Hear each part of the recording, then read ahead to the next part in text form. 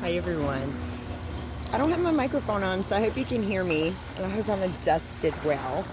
Something's really on my heart today to tell you a story. There really is something about Mary. There's a girl that I grew up with, and her name was Mary, and she was like the most well-rounded, most beautiful head cheerleader.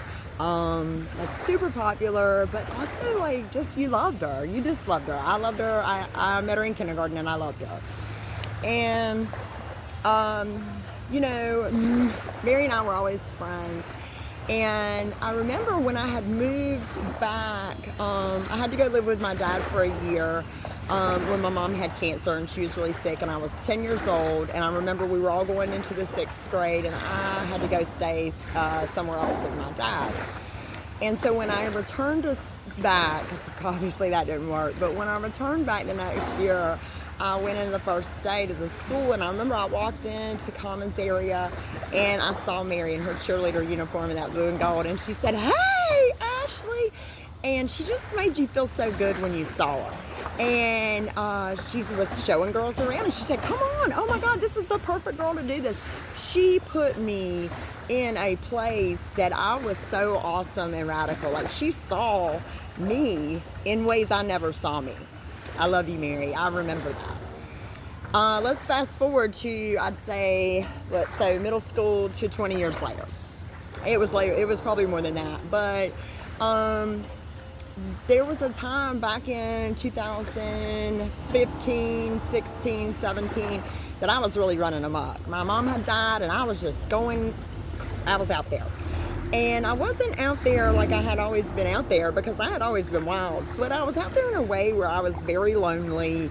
I was really out on the streets. I was homeless for I think 3 or 4 years, but I would rent rooms from people, until I wouldn't be able to pay them. And, I never slept under the bridge, but I got so high and walked around the city of Charlotte so many nights just so I wouldn't have to, and I was covered and safe. So here's my point.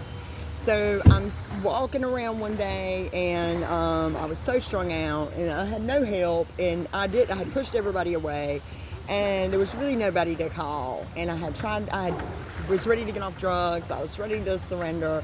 I was so unemployable and just would not, it was crazy. And I know now that was the Great Spirit that protected me and guided me and covered me, because I was really just out there lost by myself. And it was really radical how somebody can go through that experience. People think if you're out on the street, you're just a whore out on the street. But no matter what you do, they're going to call you that. So it wasn't like what the movies picture it to be. It was really just like me alone. And even after I stopped using drugs, the only people I knew were people that did drugs, and I would hang around them and still not get high. And it was just really weird. I had no one to call. However, Facebook Nosebook had provided me connections with people I had grown up with who always loved me and always believed in me. I know y'all did, and I love y'all. Woo-woo! I had seen Mary at a restaurant in Uptown Charlotte. She'd been managing. She's so good. And she still loved me with that same pizzazz as I loved her. And I called her. I reached out to her. And I said, "Mary, I'm sitting here at the Bojangles on Kings. I have nothing. I have nowhere, nobody, no nothing. And I have nowhere to go. I don't know what to do."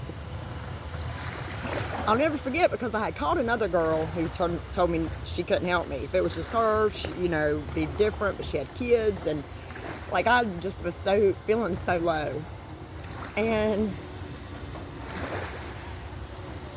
Mary said, "Give me 10 minutes and I'm gonna call you back."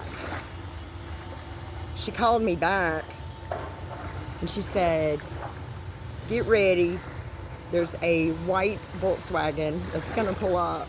It's going to pick you up, and it's going to take you to this hotel where you have several nights paid for, and you just get on your feet and get yourself together." That changed the trajectory of my life.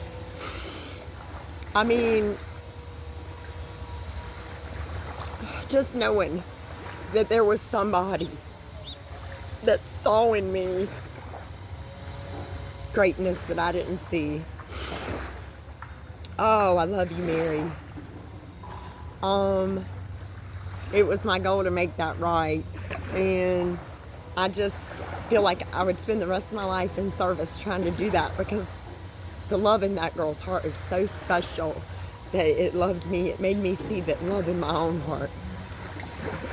So I'm gonna probably just tell you stories about people that I love and care about on here now, but God, there's really something about Mary.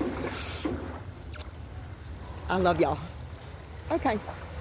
Bye.